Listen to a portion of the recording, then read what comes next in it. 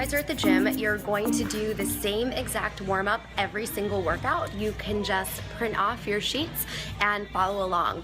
So we're gonna do 10 squat to stands, 5 lateral lunges on each leg, and then 10 push-ups. And you can definitely do push-ups on your knees, or you can do a full push-up on your toes, whatever's gonna feel more comfortable. For your squat to stand, just make sure that your feet are wider than your hips and your toes are facing forward so that you actually get a stretch out of this. You're gonna bend over, so you get a hamstring stretch first.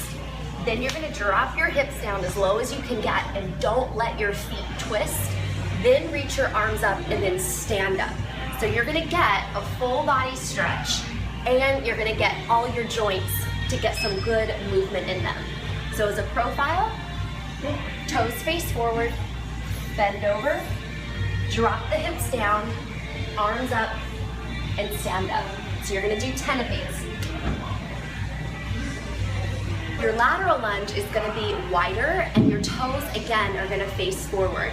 You're gonna counterbalance with your arms just so that you can allow yourself to get down as low as possible to stretch the inner and outer leg and the inner and outer ankle. So you just stretch your arms forward as much as you need to so you don't feel like you're gonna fall over. And again, the profile, you wanna have a flat back and make sure that the bending just comes from the hip, the knee, and the ankle, not your back. So we'll do 5 on each side every time you work out. Your final warm-up is for your upper body, so you're gonna do a push-up. You can either go down onto your knees, push your butt forward, lift your chest up, and look at the floor about 3 feet in front of you so that your neck stays straight. You're just gonna bend your elbows, press back up. You're gonna go for 10. If you feel that you can do a full push-up, squeeze your butt really hard. Again, look at the floor about 3 feet in front of you, bend, and straighten. And now you're ready to rock and roll. So in this video, you're gonna have 2 variations of the deadlift, either from the floor with 135 pounds using the 45-pound plates. If you're lucky enough to be in a gym with bumper plates where it's the same size as the 45, but maybe a 10-pound, a 15-pound, a 25, and a 35, awesome. Use those. If not, and you have to use the cage, that's fine. I'm gonna show you how to set it up there in the cage, and that's called a rack pull. You're also gonna see the conventional deadlift, if that's gonna work better for your body, and the sumo deadlift if you got like tight back, tight hips, and the sumo deadlift just ends up feeling better for you. So you'll see rack pull and deadlift, and you'll see sumo and conventional. So you're gonna use the rack and you're gonna lower the safety bars down as low as you can so that you can work on the form of the deadlift. Just use the bar. Most of the bars at the gym are 45 pounds. That's great for you to start with and just kind of see how it feels.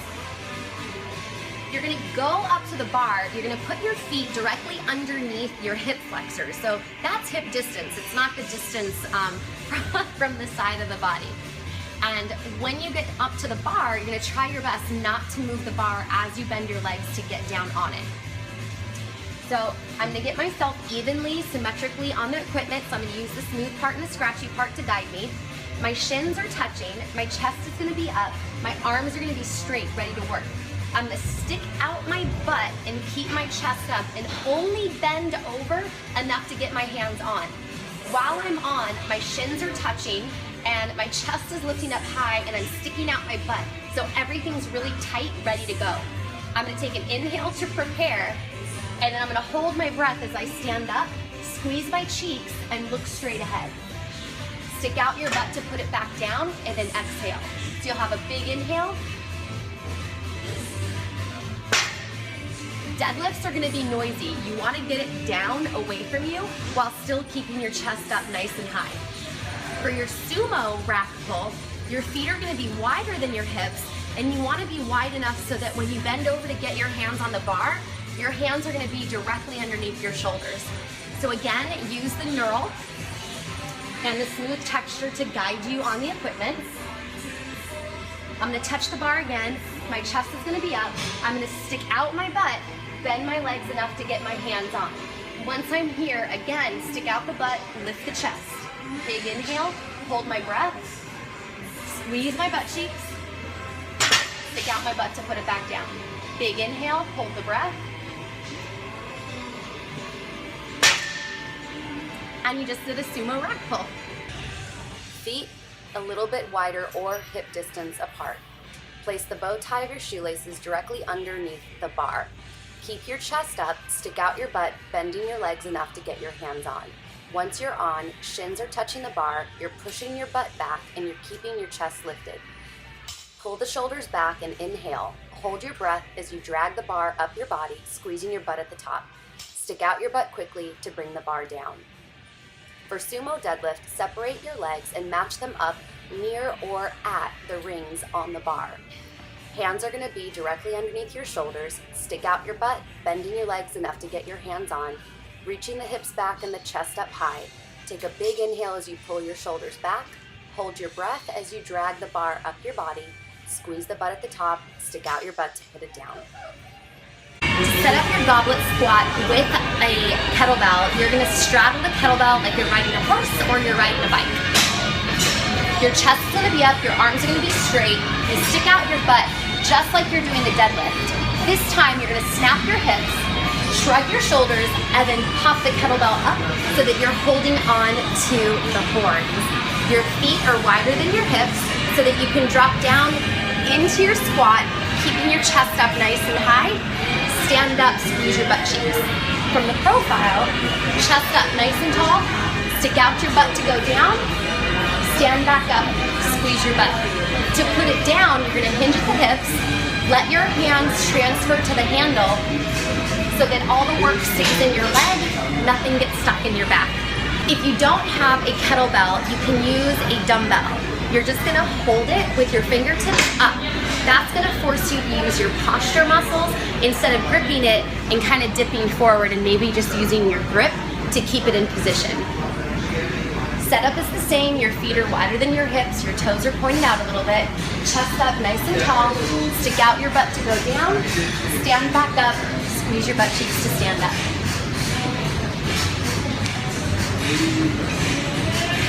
When you do your Romanian deadlift, you can load up your bar on the lower level of the squat rack. Put your hands on the same distance as you would for your deadlift, so they're just right outside your hips. Your toes are gonna face forward, your arms are pressing back, and again, chest is up and you're gonna stick out your butt. You're gonna roll the bar down your thighs, go right below your kneecap, stand back up and squeeze your butt. This is the Romanian deadlift. We often call it the pin-up girl because we're keeping our boobs up and we're sticking out your butt. And if you want, you can even blow a kiss over your shoulder. Your good morning is going to be the same setup as your squat. And right now we're out of the cage. We're using one of the other pieces of equipment. This one, the rack is fastened, so you'll have to pick what's going to be the best height for you to use. You're going to do the exact same setup. Do your thumb measurement if you are flexible. Do a little bit wider and use the rings if you are a little bit tighter. You're going to get the bar on your back just like you're doing a squat. Back up away from the equipment. Your feet are gonna be under your hips, your chest is gonna be up nice and tall. So you're gonna stick out your booty, bend over until your back is flat to the floor, stand back up and squeeze your cheeks. So this again is the cue of shining a flashlight out your butt hole so that you have a nice flat back position. Stick out the butt, keep the chest up, stand up, squeeze your cheeks. Spine twist can go one of two ways. You can bring your legs together and pull the pinky side of your foot back. This is gonna be a lot of work in your hips. You're gonna sit up tall, fingers out to a T, twist and center, twist and center. Or if you wanna get a stretch, you're gonna put the bottoms of your feet together to stretch out your hips. Same thing, arms in a T, and you're gonna twist to each side. Mermaid, you can either have your legs stacked and off to the side, or you can set yourself up like a pinwheel with one shin in front and the other shin out to the side. Mermaid has 3 progressions. You're gonna hold onto your shin and stretch over. Place your hand down and slightly bend your elbow so you don't jam your shoulder up in your ear. Stretch over again. The second progression, your forearm is gonna go down onto the ground and you're gonna use the ground for leverage to stretch your rib cage. Stretch over again. Your final progression, you're just gonna rotate and let your arm drop and relax.